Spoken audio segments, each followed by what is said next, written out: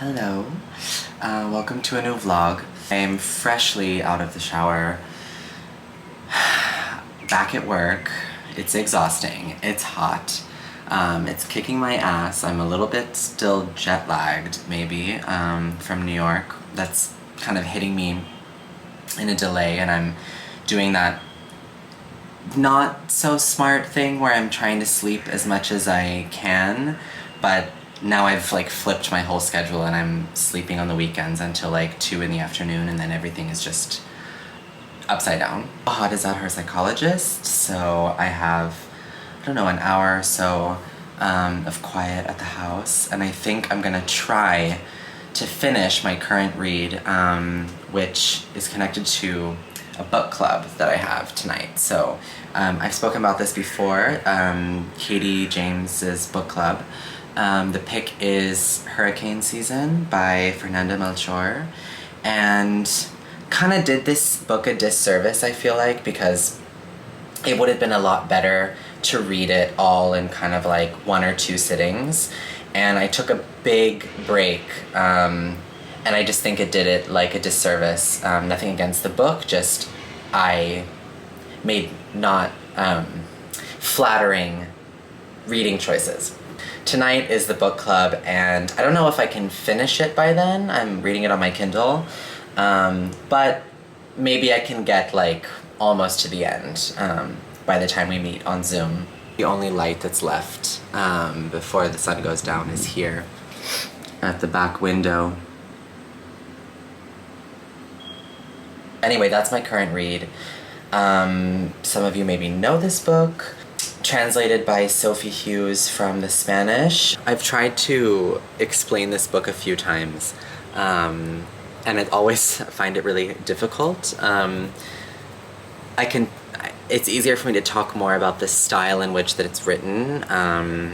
We're in a kind of rural town in Mexico, and we're following the kind of community of people there, and it's sort of a mystery. It's kind of surrounded by this opening situation of this character in the village named the Witch is found dead in a ditch, like a violent kind of murder, and I guess the form of the book is kind of we're finding out who killed the witch, but also through that just taking a really, really microscopic deep dive into this Mexican village and the people that live there, and the kind of violence and misogyny and just deep kind of hatred and really volatile people and feelings that are, wow, the clouds are moving so beautifully across the sky, and I'm distracted. Intense language, like quite profane also, like very, very strong language. A lot of, like there's trigger warnings just everywhere. But it's written with such a rich, I don't know, I never read anything like it. I think that's what a lot of people say about this book, is that what Fernanda Melchor is doing in this book through language is really, really impressive and very unique. And you just get this feeling from the first page that surrounds you and like kind of puts a fist in your stomach. That's kind of the way that I could describe it.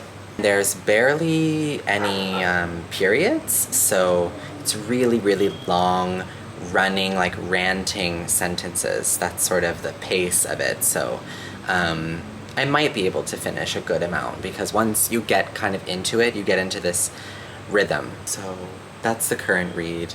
For today. I'm simultaneously reading a lot of things that I haven't committed to. Some essays here and there. I don't know. So I'm gonna try.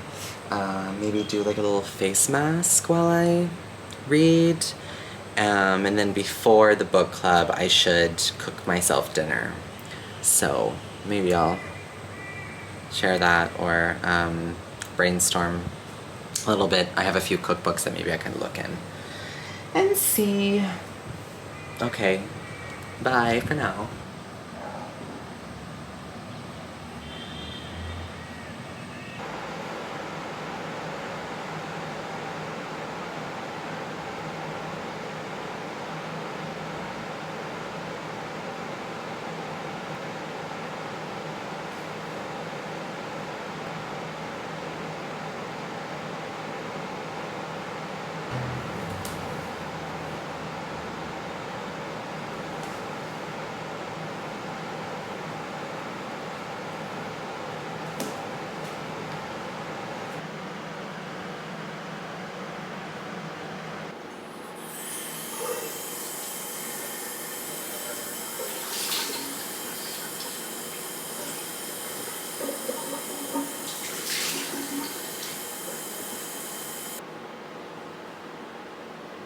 I'm just sitting here reading. I've got I'm like 60%, so let's see. I won't probably finish it tonight in time for the book club, but it's always just, I don't want to pass up this experience or like chance of just listening to people's thoughts, and like Zoom is just so much more fun and like a real connection than just like to type in a chat or to read someone's review or something. So I would like to at least listen to the conversation. I caved and just ordered Indian food.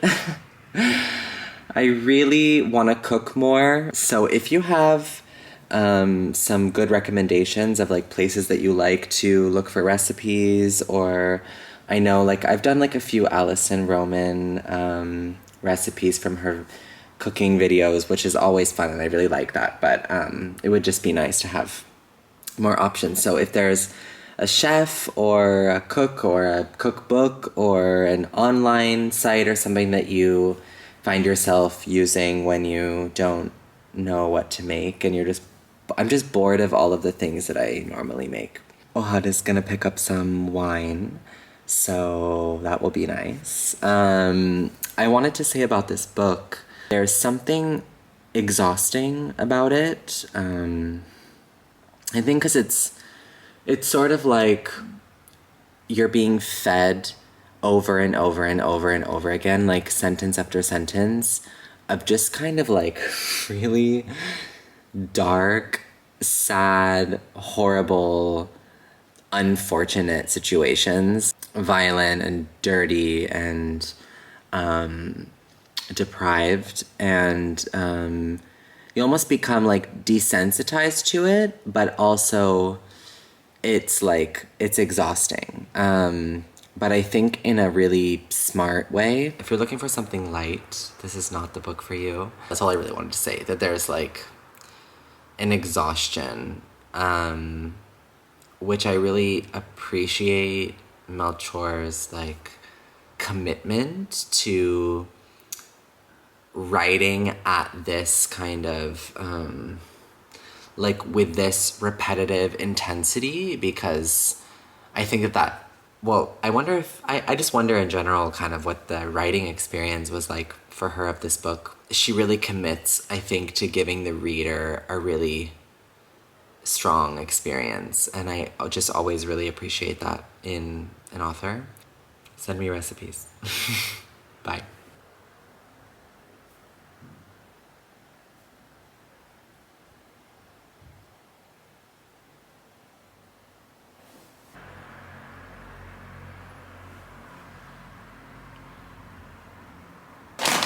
Yeah. No, it was really therapeutic by the end. Can you get, May not need as much. This is such a good wine that we had in a wine bar. I'm vlogging. That we had in a wine bar and we didn't finish it, so we brought it home. It's called Domaine de Maja. Joie de Jage. We haven't had our French lessons with Sophie, obviously, yet. It just says Blanc from Côte Catalane. Okay. Maybe we can just have a sip of that. Another one is this one. The little one, it says here, super cute.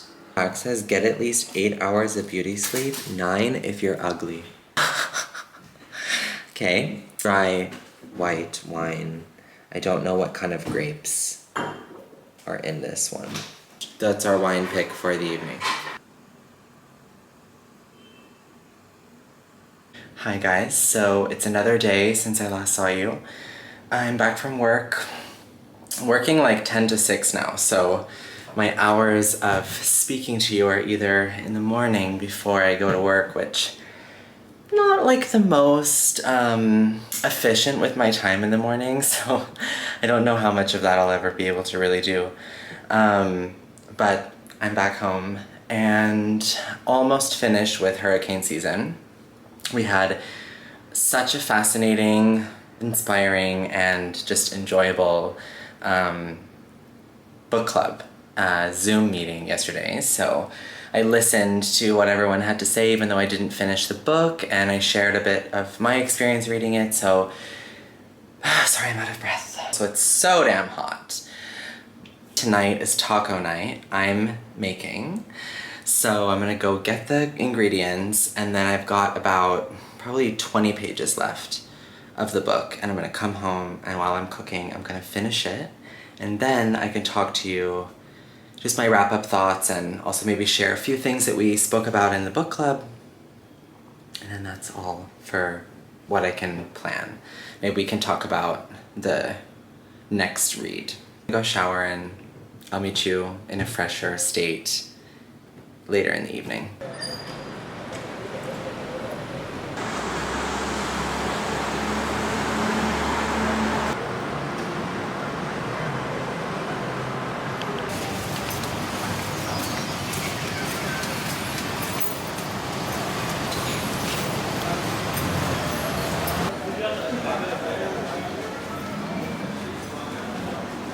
That's a bit more fresh.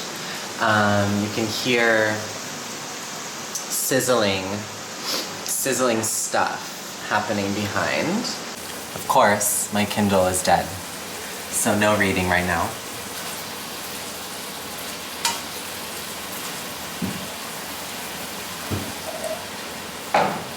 Cheers.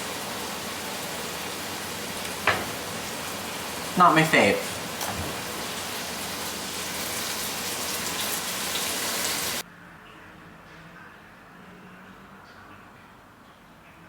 Okay, I'm here in my spotlight, my wine, and I just wanted to wrap up that I finished hurricane season. Thought it was such a strong book. That sounds like such a not very sophisticated thing to say, but it really is so full of rage and emotion. What Fernanda Melchor and Sophie Hughes, because I think it should be noted, and we talked about this in the book club last night, that this is a translated work. So when you're reading a piece where you're like blown away over and over and over and over again by the literal language that's on the page, if that work is in translation, so then the work you're really seeing there is so much the translator's work. And so Sophie Hughes herself also is magnificent. My hair's driving me crazy. Each chapter, it's 8 chapters, each one is from a different perspective. So you also, as you read, get to kind of know each person's perspective, and then also how they all kind of relate to each other, or who does what, who is involved in what way with the witch's murder. Maybe get that. Might be terrible, but we can try it. Sorry about that. You can't really recommend this book and feel like totally good about it just telling someone like, yeah, read Hurricane Season, like, because it's so violent, the language is so intense, and just, yeah, it depicts really violent acts, a lot of rape, a lot of violence against women, against really every possible trigger warning you can think of is involved in this book. So and in a way that it's like those things are on a very high volume, and the violence kind of becomes a character of the book and like becomes the driving force of the book. So it's like to leave a book with no, and we talked about this also in the book club, like that we tend to look for some moral, bigger moral in a book that kind of gives us reason for certain things, and this book doesn't have that. So it's just at face value very intense, and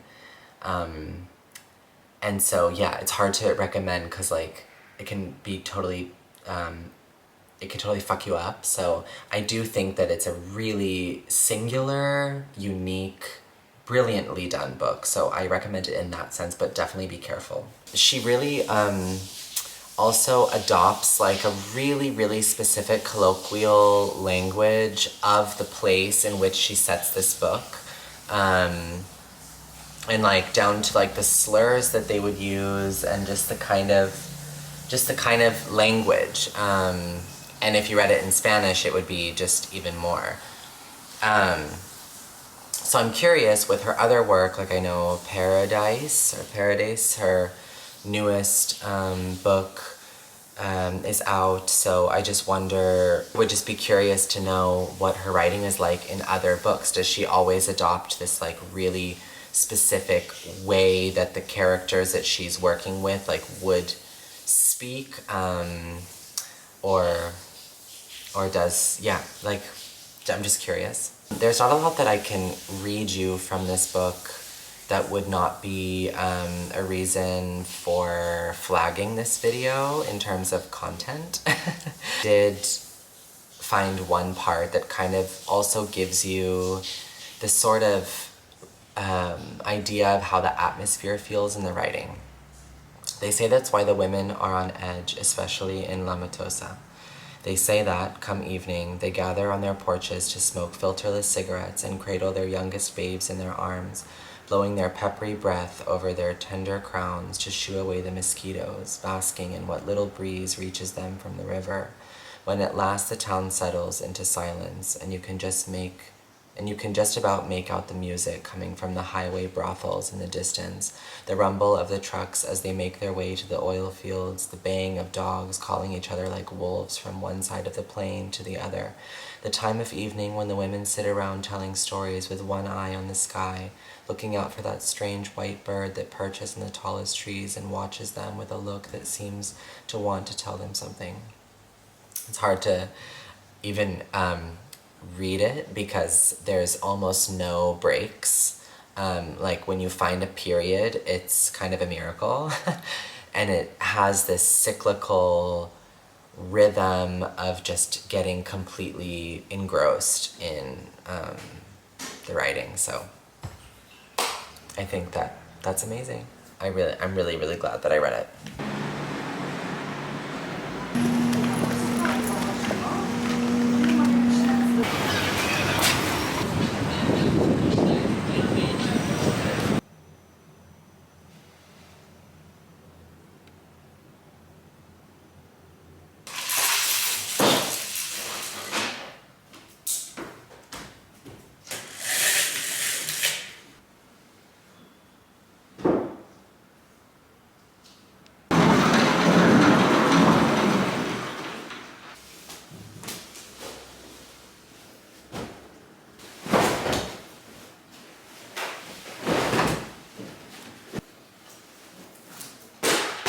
Good morning, it's Friday. I'm looking like I just woke up. We had some work done on the house. We had just some kind of general water damage, which is characteristic to apartments in this city. So we had that fixed before the next rainy season comes and we're, screwed. So anyway, the house is a bit like rearranged and weird. I did finish another book since hurricane season. It's called Creature by Amina, Kane, and I will talk to you about it just a little bit later because I had a crazy situation where I left my wallet with basically my whole life in it in a parking lot yesterday, and a really good friend of ours went to the rescue and found it there. So we're meeting him for coffee and I'm retrieving my wallet from this hero, and I don't want to be late, so I'll talk to you about Creature later, but in short, loved it.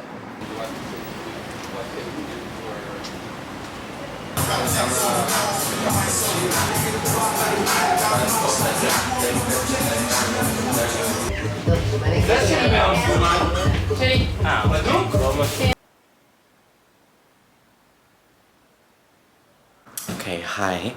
Lovely vacuum cleaner in the background.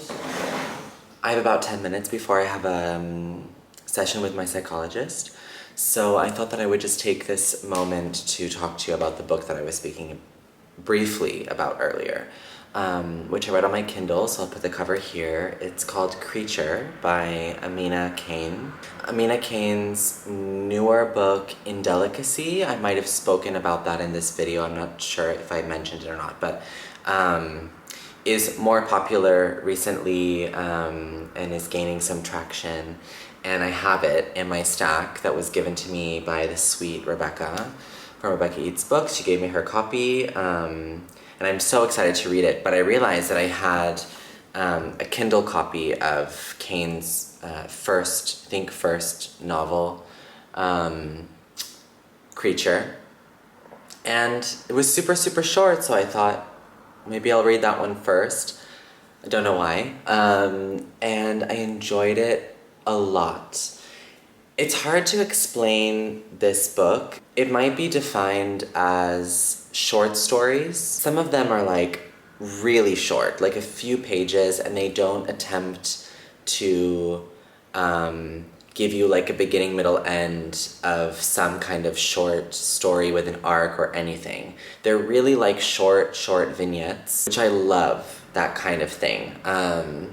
So it's like little fragments of lives that are centered around different women, I think.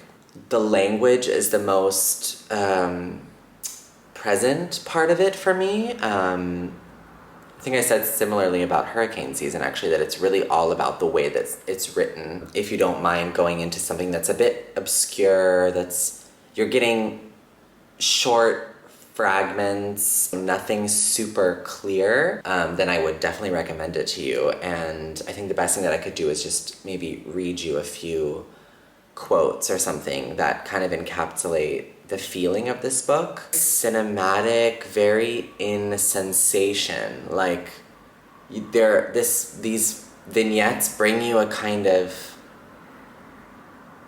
feeling or sense. Camera died and then I had therapy. What was I talking about? So each vignette, you're following a different first-person narration, different character that most of the time you don't like have any really information about them. And you get the feeling that all of these women are in like an in-between or in a limbo or are on the edge of something. So you get this sometimes like feeling as if they're coming from somewhere, like maybe carrying some baggage of something, and they're about to go like over the edge, but they're not. That sounds, it's really vague. I'm gonna read you, this is from Dorothy Project, which is the publisher of Creature. Amina Kane's Creature brings together short fiction set in a space between action and reflection, edging at times towards the quiet and contemplative, at other times towards the grotesque and unsettling.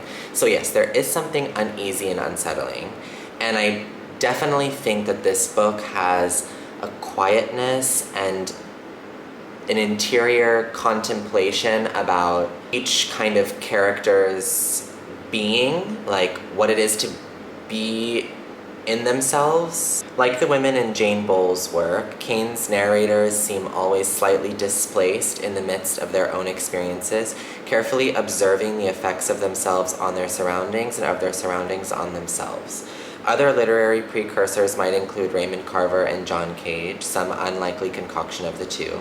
With Carver's lucid prose and instinct for the potency of small gestures, a lot of small gestures in this writing, definitely, and Cage's ability to return the modern world to elementary principles. These stories offer not just a unique voice, but a unique narrative space, a distinct and dramatic rendering of being in the world. Love that you're here, listening to my channel, but obviously I can't tell you what I think. I have to just read what other people think because I can't come up with good words for it, but this person wrote, Amina Kane is a beautiful writer, like the girl in your rear view mirror in your backseat, quiet, looking out the window, half smiling and then not, and then glancing at you, curious to her. That is how her thoughts and words make you feel, like clouds hanging with jets and knowing love is pure. Yeah, like, I like that, catching something in the rear view mirror, a lot of detail, but here or there is a tapestry of happiness and pain and joy and terror. So it doesn't really matter. A tapestry so large and colorful you can't see it all at once. Then there is the river, moving in its own slow way. To watch the movement of the river sometimes means lying down next to it to get close to the miniature swells and waves. This attention to detail, to zooming in, to getting close to things. When you spend your life looking at yourself in mirrors, you don't know how to stop. When your face is wet, when you wake up in the middle of the night, when you're having a conversation with your husband. That's really interesting. Looking from another point of view on yourself, when you're in a conversation with someone, to see yourself in a mirror while you converse. A lot of texture and temperature in the writing. And snow and white, like white snow is sort of another kind of reoccurring image, I think. So it would be maybe a nice book for the colder months if you like that kind of mood matching. To turn on the lamp.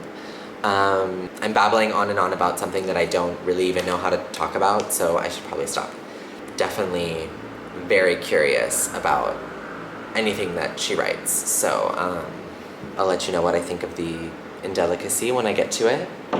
Okay, talk to you later. Good morning, it's Saturday at, well, good afternoon, it's noon. Ohad is making cookies to have with coffee. I just wanted to film like one last clip before we end this vlog, which is just one, to say that I have been editing this vlog and I think I just, well, haven't done a wrap-up video in a long time, like many months, and also haven't been vlogging that much. So talking about books, I feel like it's also a sort of like specific kind of brain muscle, and I feel like I am just getting back into it through this video, so I felt that was pretty kind of repetitive and maybe not clear, so I'm gonna keep pushing through and trying to get back into it, so hopefully in the future I'll be a little bit more concise. I want things to be just a bit more bite-sized sometimes. Anyway, with that aside, I wanted to share with you what I think I'm gonna read next. Ignacia from Literary Iggy, she made a video recently about just Indigenous writers that she loves, books by Indigenous writers that she has either read and really enjoyed or are on her list, especially Canadian Indigenous writers, because she's Canadian. And I have two here that I think I'm gonna read. So one that she read recently that she really loved is called, I think it's called Noopiming or Noopiming by Leanne, I think it's Betasamosake. Leanne Betasamosake Simpson, Noopiming, The Cure for White Ladies. And she's an Indigenous Canadian writer. And I just started it, and it's absolutely beautiful and has a very poetic form. Some pages have like only 3 lines or something on them, so I think I'm gonna love that. And then also I have this, which is A History of My Brief Body by Billy Ray Belcourt. He's also a Canadian queer Indigenous writer, and I've been wanting to read this forever, and I spoke about it in my last video. This was given to me by Sophie from Sophie. I've been reading some essays, but they just aren't calling me to really sit down and go cover to cover with, so I'm gonna move on. Hadi's reading What's it called? Skimming. No, not skimming through your reading. Notes of a Native Son by James Baldwin. I'm sure probably some of you have read it. I will love to read it when you finish. Okay, thank you for watching and listening to me ramble on. Ciao. Have a great week or weekend whenever this catches you. Love ya.